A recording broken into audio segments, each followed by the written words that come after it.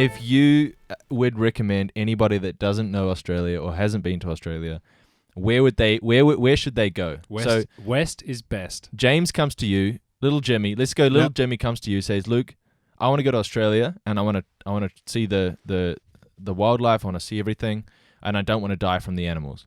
What's the recommendations for little Billy? Go to New Zealand.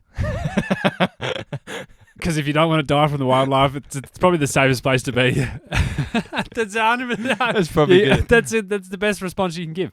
No, to be honest, if you're going to go anywhere in Australia, I always say West is best. Okay. And people, depending on what you want, it's all to do with whether you want to party, whether 100%. you want it to be around a lot of people, all this kind of stuff. It's always like that, eh? It is always like that. And the West Coast offers everything. Okay. I mean, once you go from the south to the north, you can be from being surrounded by people to like also in the clubs, also partying, having whatever you want at the touch of a fingertip. Yep. To then being in the middle of nowhere. Yep.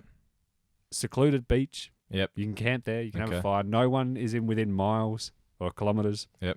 Doesn't matter. You can stay there as long as you want. All right. So, let's break it down. You've got the party animal, right? That's just one. You're the party animal side because stereotype. that's And a lot of people say that because that's what they ask. 'Cause this is a question. This is a question that a lot of people ask. Where would you go in Australia? And I say, well, for me, the West is the best side because you've got the best beaches. Yeah. You got good surf.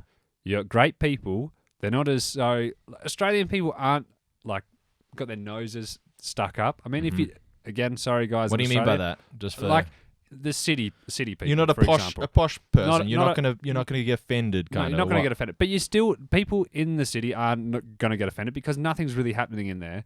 But anything, if you take someone that camps in an uncamping spot, right, to someone that causes a fight on the street, yeah, they're two different people, right.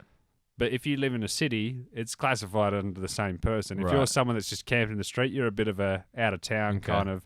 You shouldn't be there. Yeah. So you're classified under like a get away. Yeah. Get out of here. Yeah. Right? Whereas in general, if you go into these small remote community towns or even Perth itself is amazing. I got friends that live over there. We go over there quite often since they've been there. We've been over there more often. But this is a place that everyone is so laid back. Right.